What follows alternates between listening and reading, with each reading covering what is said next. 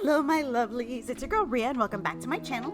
As you can see, I'm finally releasing the first of a passion project of mine, an introspective on the playable characters from Final Fantasy VII. Yes, I know I still have other projects left simmering on the back burner, more on that later, but I will be fully candid that I didn't want to miss out on this wave of introspection for what is arguably my favorite gaming IP. Now, with that in mind, let's get started with our first character analysis. The main character for most of the wildly successful Final Fantasy VII compilation is none other than Cloud Strife. With an impressive list of credits to his name, Cloud is arguably one of the most recognizable protagonists in gaming. This may be my bias talking, but considering how far-reaching his cameos and likeness can be found, one would think he's pretty popular. Born to Claudia and a still unnamed merchant father on August 11, 1986, Cloud Strife is a Leo, a fire sign for those who don't know, passionate, loyal, and with a slight flair for the dramatic. He's also a fiery tiger according to the Chinese zodiac, so he's naturally smart, quick-witted, honest, and seriously talented. His blood type is AB, which means he's both cool and adaptable. Clearly a lot of thought was put into him when they were plotting his character out.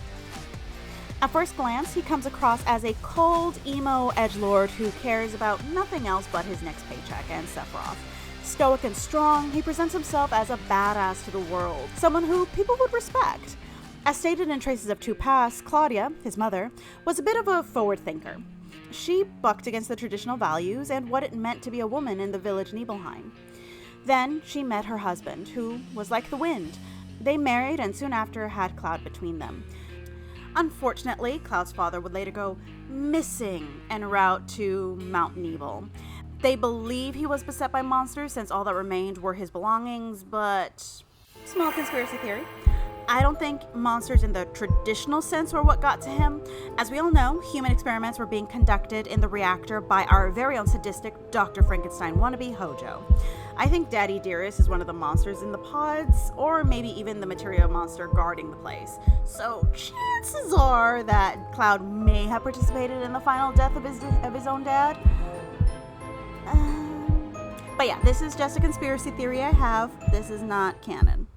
So anyhow, Claudia still managed the terrible twos and onward without him. She never remarried. As such, Cloud was brought up in a single-parent household. Given how traditional the village was, this is probably a contributing factor to why he's always been a bit of an awkward sprout in the village. We all know how single mothers are treated, so it's not far-fetched to assume that him being a bit of an outcast was because he was a fatherless boy to such a forward or modern woman. That didn't stop him from becoming fast friends with his neighbor's daughter, Tifa Lockhart.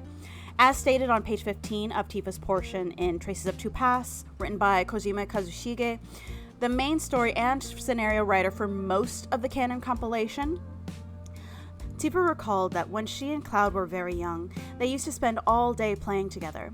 Cloud's front door was right next to her own, making it easy to run back and forth between the two homes. As children, they'd had little reservation about inviting themselves in whenever they pleased.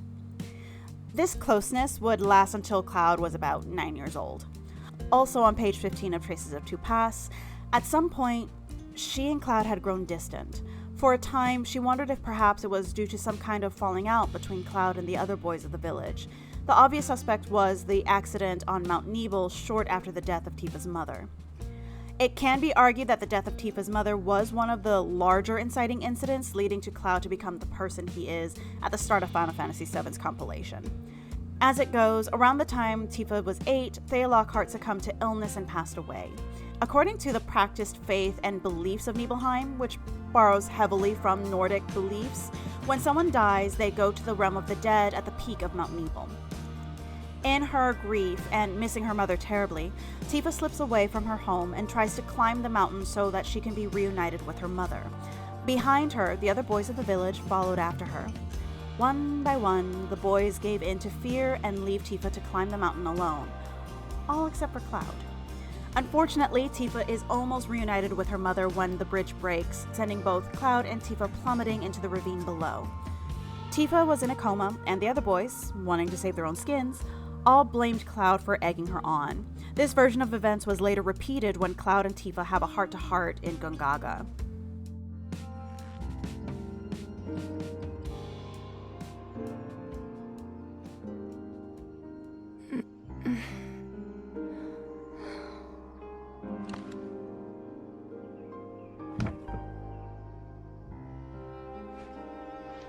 I'll go get the others. Cloud? You remember how our parents used to tell us that when a person died, their spirit would cross Mount Nebo? Yeah.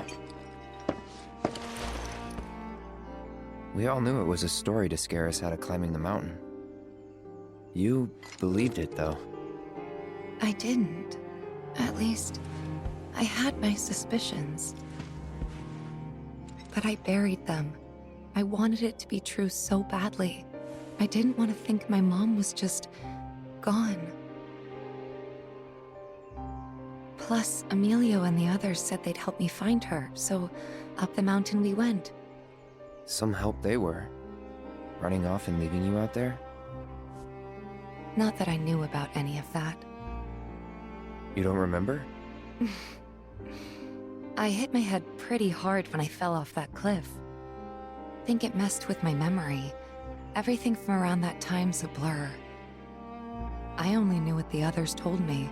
Didn't even occur to me to question them. What'd they tell you? They said that you egged me on. But now I know that's not what happened at all. When the rest of them ran, you were there for me. You stayed when I needed you most. If that's not a hero, then I don't know what is. What Tifa doesn't know was that Cloud took responsibility for the tragedy. Since she couldn't remember anything due to hitting her head, there was no one to refute this claim. Rather than tell the truth, Cloud validated the other boys in order to keep Tifa from getting into trouble. It's not like the other villagers would believe him anyway, since he was already considered an outcast. They wanted someone to blame, so he willingly became the village's social pariah for her sake. Bit of a ramble here. It's more than a little messed up to put this almost tragedy solely on Cloud's shoulders. Like mentioned, the adults wanted someone to blame, and Cloud was made to be the perfect scapegoat. Yes, Cloud chose to take responsibility, but the only thing he did wrong was go after Tifa himself instead of finding an adult he trusted, like his mother. At no point did anyone think to get an adult. But again, at this point, they don't know if Tifa's going to survive. All 4 boys, Cloud included, are protecting Tifa because they don't want her to get into trouble. In no way does this make this Tifa's fault either. Children don't have the same tools or fortitude to handle grief logically. Adults aren't that much better, but they're supposed to have better emotional management. Maybe Brian, Tifa's dad, can get a pass in the heat of the moment because he lost his wife and may lose his daughter as well. He's not thinking straight. The other villagers, though, nah. They shouldn't have put so much on the shoulders of a 9-year-old child. Brian also had no right to continue his vendetta against Cloud, which I think also contributed to the distance between Cloud and Tifa as kids.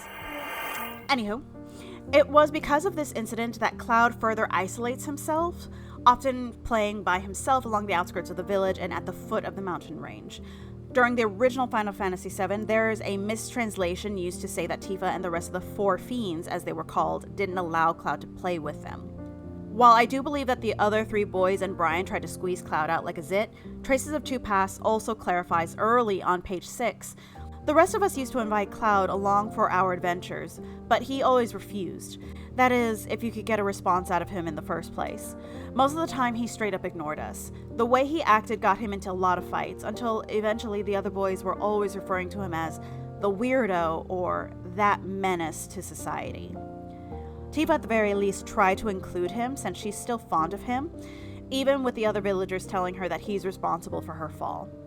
I'll get more into this during Tifa's introspective, but I wanted to reiterate again that Tifa doesn't know any better and Cloud isn't telling her any differently. While he refused to join the other kids, he would keep an eye on Tifa. He would not so secretly watch her from the water tower, which had a direct view into Tifa's window. Hey, remember when we were kids? How you'd, always be looking at me? What? Every time we made eye contact, you'd look away. And when I tried to talk to you, you'd ignore me. Not surprised. I was a pain in the ass as a kid. His affection for Tifa and the culmination of events and tragedies were so integral to Cloud's development that he started to idolize Sephiroth and Soldier. In his mind, if he was a soldier, he would prove to the village that he was strong and worth something. Also, he would be strong enough to protect Tifa, who suffered a string of bad luck over the years that Cloud was powerless to do anything about. The most he could do was chase down Tifa's cat when Fluffy would escape, earning the unofficial title of Pussy Whisperer from me. As he put it, "Well, aren't you the picture of confidence? You wouldn't happen to be a professional feline finder, would you?" Not officially, but I've got a good cat-catching record. Been doing it since I was a kid. It's around 14 years old that Cloud makes the decision to enlist. His goal is to join Soldier and make something of himself. With this decision in mind, Cloud calls out to Tifa so they can meet. As written in Traces of Two Paths, typically when she ran into Cloud, he'd look away and find some excuse to dash off. There was something different about him today. His lips parted as if to speak. She saw them move, but couldn't make out the words. Tifa tilted her head in confusion, and Cloud bolted forward. Tifa flinched, certain he was about to ram into her. But a single step shy of collision, Cloud stopped. He leaned in, mouth inches from her ear. When he spoke, the words were so rushed they nearly blended together. "After dark," he whispered. "Up on the water tower." All Tifa could reply was, "Okay." Cloud nodded and sprinted off into the falling dusk, as if fleeing from danger.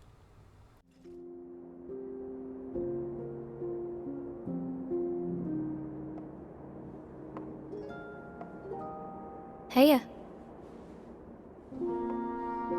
So, what did you want to talk about?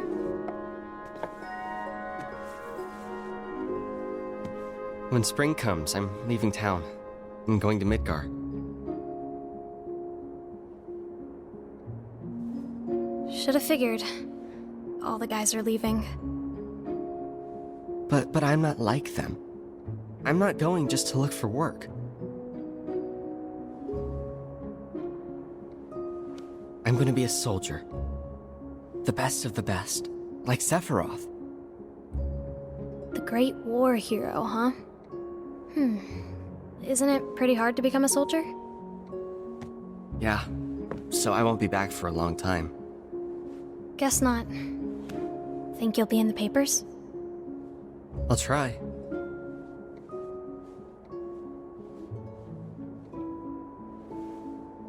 Just promise me one thing. When we're older, and you're a famous soldier, if I'm ever trapped or in trouble, promise you'll come and save me. Huh? That's what heroes do. They save people. Please? Just once. Come on, promise me. Fine. I promise.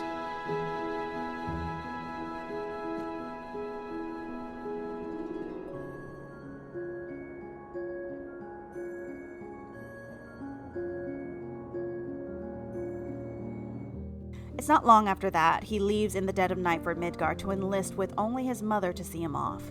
He doesn't receive the same fanfare the other boys do, mostly due to his paperwork not being completed in time, though it may be partly by design, given the relationship Cloud has with the rest of the village. This last bit is speculation, but it fits given how antisocial Cloud was as a green bean. His first steps out into the world beyond Nibelheim are educational to say the least. As written by Nojima Kazushige in 2000 Guild to Become a Hero, page 4, while waiting for transport, he's informed of all that becoming a soldier would entail. You need to be in peak physical condition and take the physical exam, which meant he would need to hide or get over his motion sickness. There's also a written exam. Then there's at least 3 months as an infantryman. He'd need to go through basic training.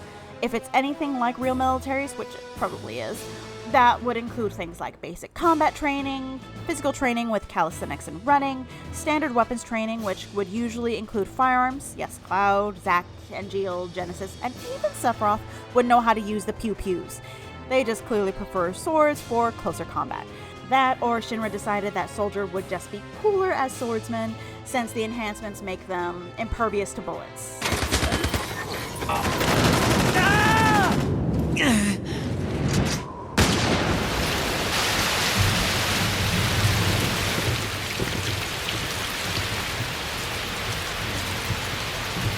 why not? There's also other drills and a sergeant screaming at you, but I struggle thinking Zack and Angeal would be the screaming type. Moving on. After basic training, they would need to make it at least a year on assignment, surviving missions, battles, and the like. Soldiers also needed to have peak mental health.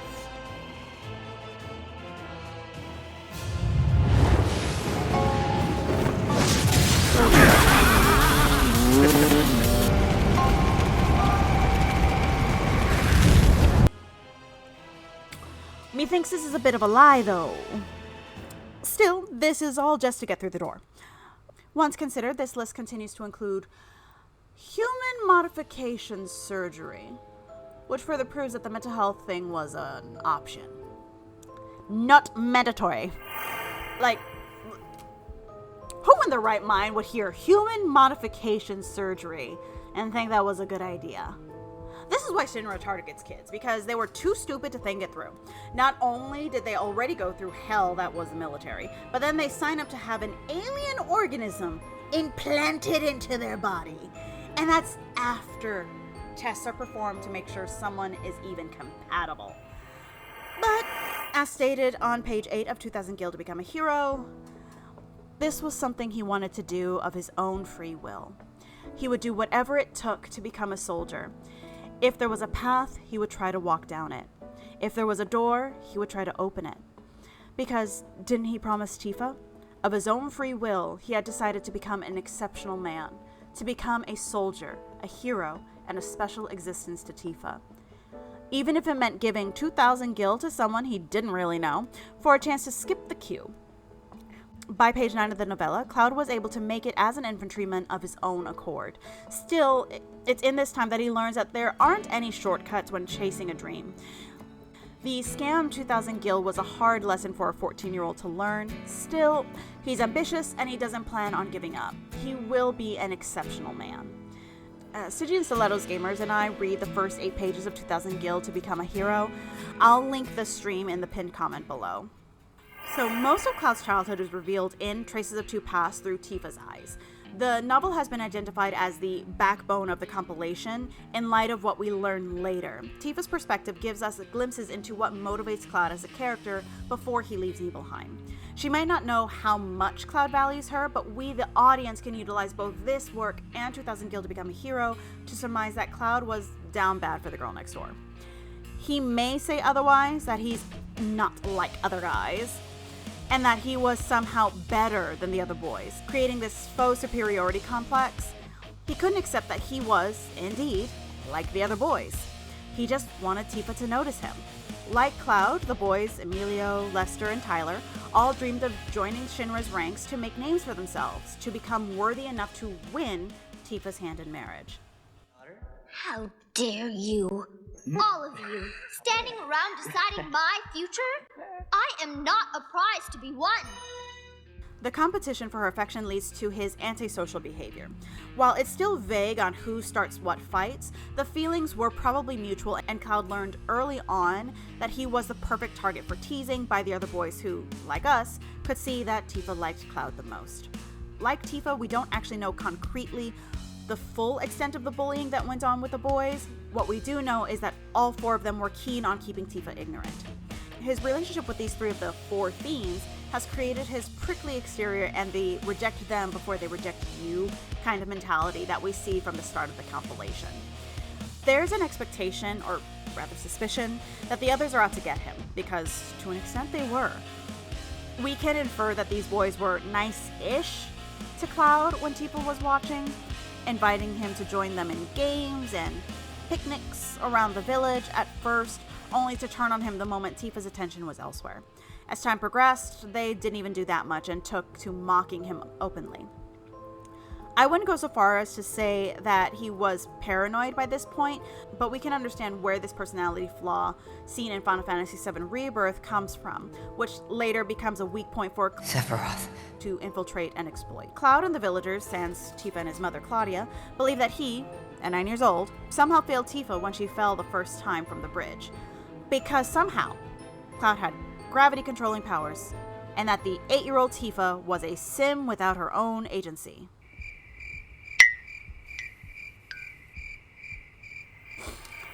It's in 2000 Guild to Become a Hero that we get a small snippet of what life was like for Cloud as he worked to climb the ranks and become soldier. In this, we learn what lengths he would go to for Tifa's sake. The speculation of Cloud's affection for Tifa to this point is factualized and canonized. The promise he made to Tifa atop the water tower was engraved deep into his heart. So while we know that Tifa just wanted some kind of promise that Cloud would come back to her, he took it as validation of his chosen path. He wants to prove to himself and the village that he could be an exceptional man worthy of being with Tifa. So in true JRPG fashion, the protagonist starts off with rescuing the cat, only to end his journey in battle with God. Classic.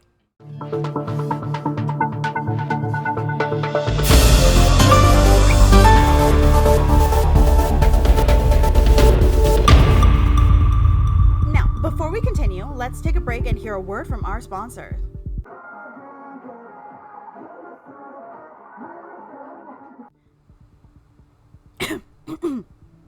Hello, sponsor.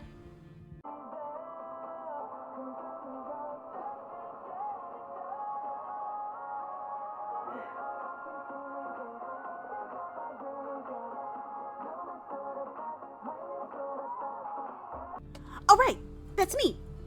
I'm my own sponsor. I should probably find the time to work on that.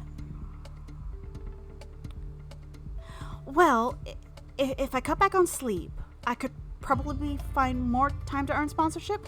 Who really needs sleep anyway? If you even think about cutting into our bedtime, I will end us both.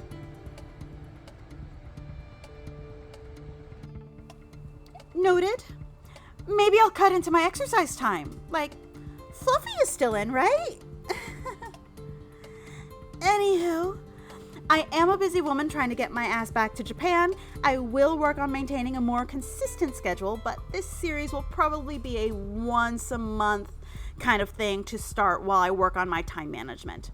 If you like what I'm doing and would like to see more projects like this from me, please give me a like and subscribe. I'd like to hit at least 500 subs by my birthday next year. In addition to this project, I have a series dedicated to the origins of the summons. In it, we discover what deities inspired these awe-inspiring beings that help us along our journey through the worlds of Final Fantasy. I have most of the Ifrit done, so hit the notification bell so you're notified when it finally drops. I do work a lot and am a caregiver to a disabled parent, so please be a little bit patient with me. These projects are of passion, but I mostly am an empty cup. And now, back to our favorite angel face blondie. And we're back. We next see Cloud Strife in the mobile game Before Crisis, where you play as the Turk named Shotgun, and Crisis Core, where you play as Zack. There is some overlap between Before Crisis and Crisis Core, but in both instances, he's more of a cameo instead of a playable character. That's not to say that these stories don't add to the timeline and story of Cloud, more so in Crisis Core, but there's still much to learn about our blue-eyed hero in the making. Our reintroduction to Cloud in Before Crisis shows that the chip on Cloud's shoulder hasn't gone anywhere. By this point, he's 15 years old and has completed basic training to become a cadet. His need to prove himself is immediately apparent when he perceives a slight against himself and his abilities to protect the ShinRa Dr. Rayleigh. Interesting to note as well, we catch a glimpse of Cloud's protectiveness of people he deems as comrades, putting himself in the line of fire and jumping to protect the other grunts and his ward, even to his own detriment. It's this protective nature that frequently spurs him into action. Unfortunately, it's at this time that Cloud experiences death firsthand when witnessing his comrades in arms, the people he tried to protect, die in spite of his efforts. Please note that there's a difference between seeing pictures of dead bodies and like when Cloud was shown the Turk impersonator's corpses on page 10 of 2000 Guild to Become a Hero versus watching someone get killed in front of you. Timeline-wise, we, the audience, can only assume this is the first time since he's so shaken by the event, and chronologically this is the first time we are shown this information. In spite of the loss, there's still someone to protect, which spurs Cloud into action in the midst of a high-stakes hostage situation, even going so far as to protect Dr. Rayleigh from the Turk Shotgun herself when it looks like Dr. Rayleigh's life is forfeit. By this point, we're just informed that Cloud was unable to be accepted into the soldier program, most likely due to being incompatible with the Genova cells and or Mako. Alternatively, it could as easily be that his deteriorating self-image or his motion sickness is what got in the way. We see the worsening of his self-esteem as he gets his ass handed to him many times during this protection detail, frequently finding himself in need of protecting by the Turk shotgun, also sent to protect the data Dr. Rayleigh was carrying. The inferiority complex that was only just forming in his childhood is now fully formed due to his weakness, because he can't solo a mission with 0 casualties. An impossible feat, but Cloud evidently holds himself to an impossible standard. He also reveals to have an aptitude for the sword, discarding the pew-pew in favor of donning a pilfered sword for combat. It's here where Cloud's strength and resilience is allowed to shine, able to swing a massive sword and dispatch the assailants that were kicking his butt beforehand. I should probably revisit my skepticism of the reliance on swords in Soldier. All this without a single cell from Genova or an ounce of Mako, by the way. He claims it was all out of desperation. Adrenaline does have that effect on people in high-intensity situations. I think it's also previously untapped raw talent. You be the judge.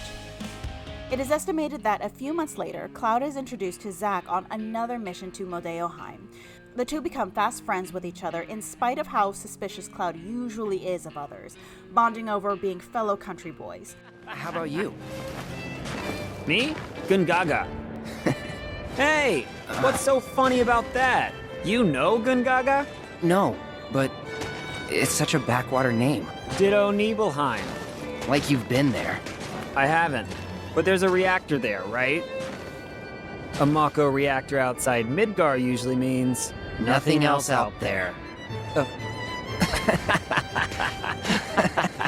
Good news, Song! Me and... Cloud. Me and Cloud here are both backwater experts. Oh yeah! Zack is just that lovable. So it's easy to see that Cloud's shield did not activate when faced with this sunny disposition. That part may be speculation, but given all the evidence to this point, it can only be a testament to how strong the Golden Retriever energy is in Zack. Disliking him is like hating puppies. Hating puppies is a red flag unless you have xenophobia. So, therefore, hating Zack is a red flag. Don't fight with me, fight with your mama. Like Shotgun, he believes in Cloud's potential to reach Soldier in spite of not making it the first time around. Zack goes out of his way to look after Cloud and becomes a genuine friend. As of... Okay, it's June 28th when I'm recording this. So, as of June 28th, when recording this video, Zack is the first positive male role model and peer in his life. He's the greenest of green flags and proves to be a good influence on Cloud. Points for positive masculinity.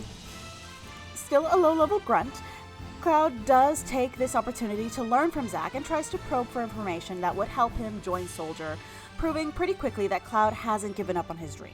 Still, the shame of his setback has Cloud virtually no contact with Tifa and his mother.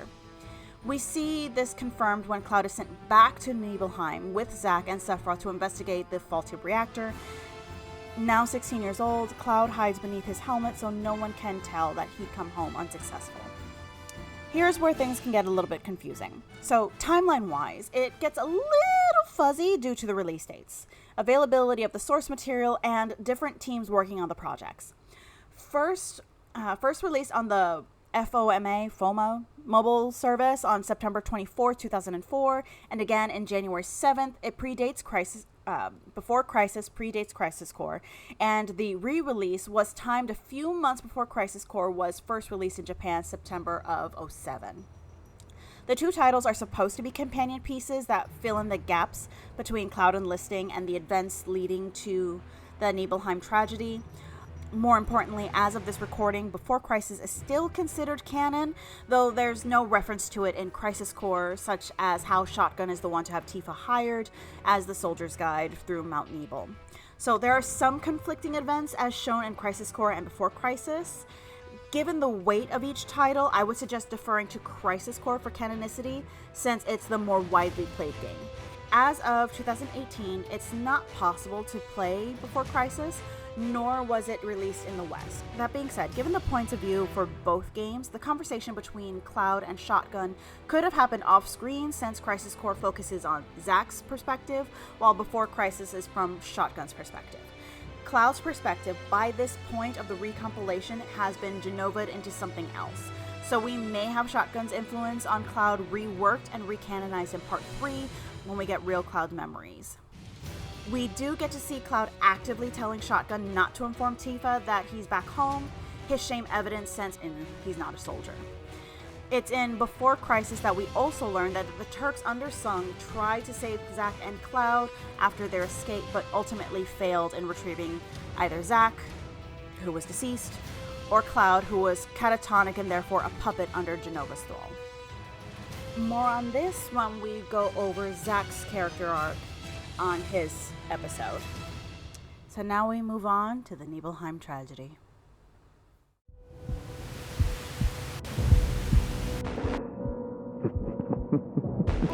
Ah, Cloud. I've come across the most fascinating passage. The specimen found in strata dating back 2,000 years. Mild, with what could only be described as ethereal grace. Though the truth eluded me at first, I later determined that she was an ancient, or a steward of the planet, as they are referred to in legend. She needed a name, and so I dubbed her Genova. The Genova project was approved soon after. A bold initiative to resurrect the long-dead ancients. An initiative that resulted in my conception, or rather, my creation.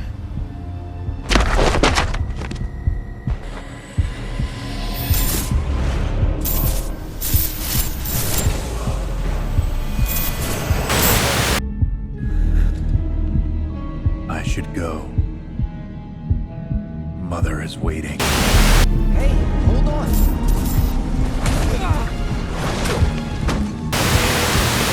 Zephyr.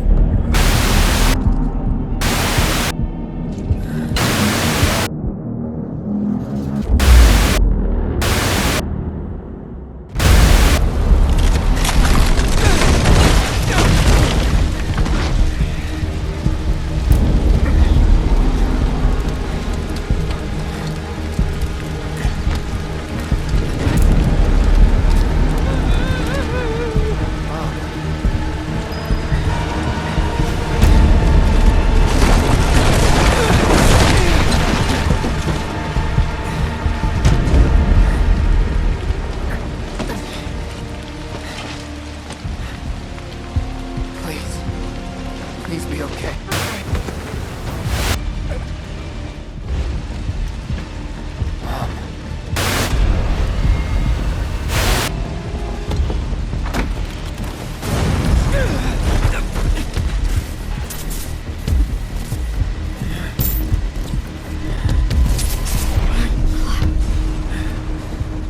Run away. You have to leave. You have to leave. You have to live. You have to live. For the planet to die. So many things will be lost. Your hometown. Earth so bright. The sound of her voice.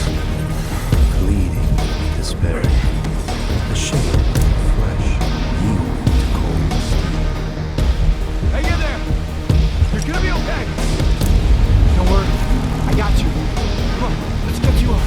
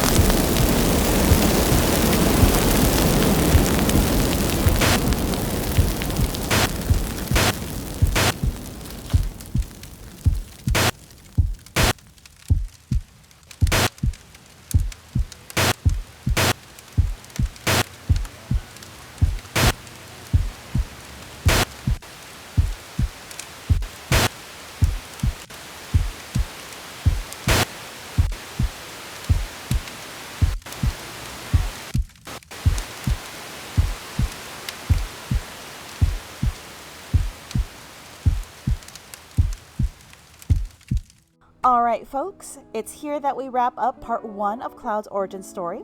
We've caught up to where OG and the recompilation picks up. Part 2 will go over remake and rebirth, and we'll end with some speculation as to where the third installment will head, using the OG, Advent Children, and the On the Way to a Smile novels as part of the baseline to inform our theories. Advent Children and On the Way to a Smile were both recanonized as parts of the compilation, so it would make sense to keep these works in mind when theory crafting what is in store for our budding hero. So, let me know if I missed anything from the canon materials leading up to the end of Crisis Core. Maybe you have some theories and speculations on how these events informed Cloud as a character. Maybe you have some conspiracy theories of your own. I look forward to reading all about them in the comments below. Also be sure to join me when I stream on Mondays, slowly working Wednesdays and every other Final Fantasy Friday back into the mix. And that's it for today, my lovelies. Please give me a like, a subscribe, and a ding on that notification bell to let you know when the next video drops. Stay safe, and I'll see you guys next time. Mwah. Bye! Oh, I got lipstick on my hands. Bye!